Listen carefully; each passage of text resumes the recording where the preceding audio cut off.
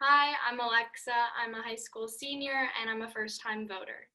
Alexa, that's really exciting to be a senior in this big time election. What was it that motivated you to register to vote for this election? Honestly, the 2016 election was a really big turning point in my life for why I wanted to get involved in politics. And also, now thinking about the future for myself, I know I want to go into a career in government. And I just felt like a lot of things are wrong in society right now and they need to be changed. And I know that people in my generation have the ability to do that, and I want to be a part of that. So Let's talk a little bit about the things that you think are wrong right now in the society, especially for your generation. What are some of the topics that really have interested you and kind of motivated you to want to be active in this democracy?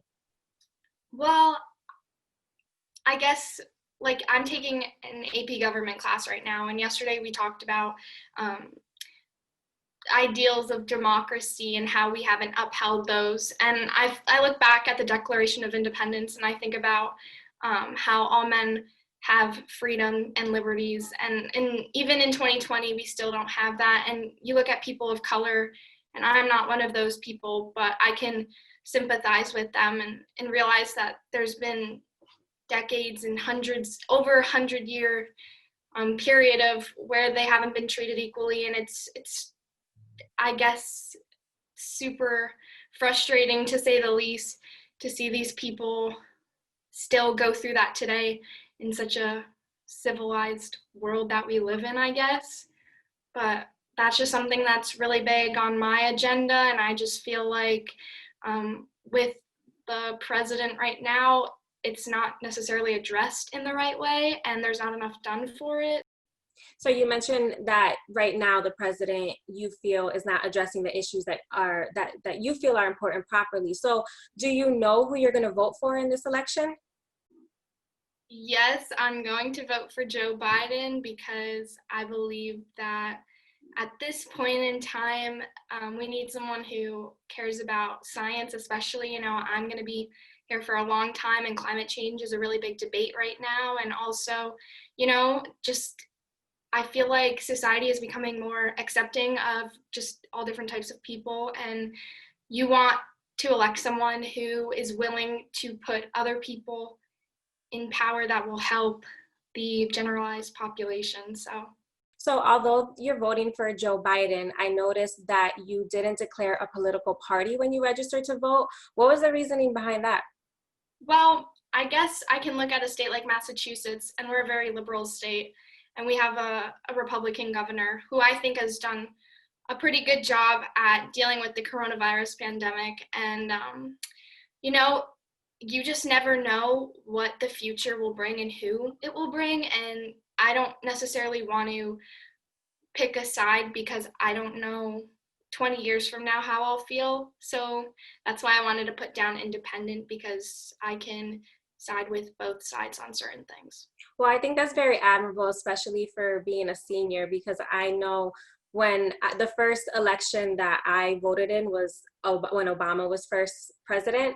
And I remember personally having that pressure of having to pick either Democrat or Republican. How were you able to decide not to decide? Like what gave you that confidence? I don't know. I guess just society is always changing, and things. I'm always thinking about the future, and things today are not the same things tomorrow. And so I guess just thinking that you have to just put yourself like ahead and just think about that.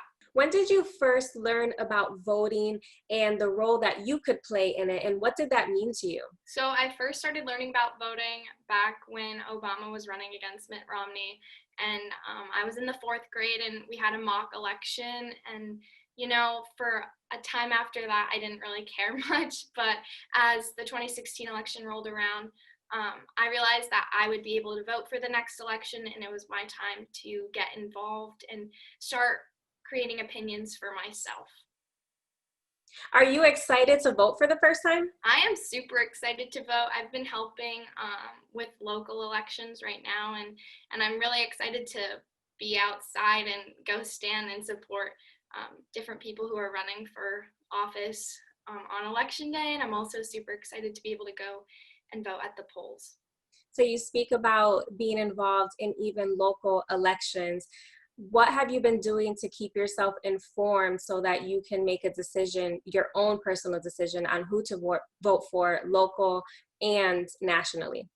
I've been door knocking and also text banking and certain things like that with Jake Oliveira, who is currently running for the 7th Hampden District seat, who he's trying to replace Tom Petrolati. And working with him has been able to show me what he supports and also what I agree with him. And so I've just been really trying to help with the campaign as much as possible because I know it'll be good exposure for the future.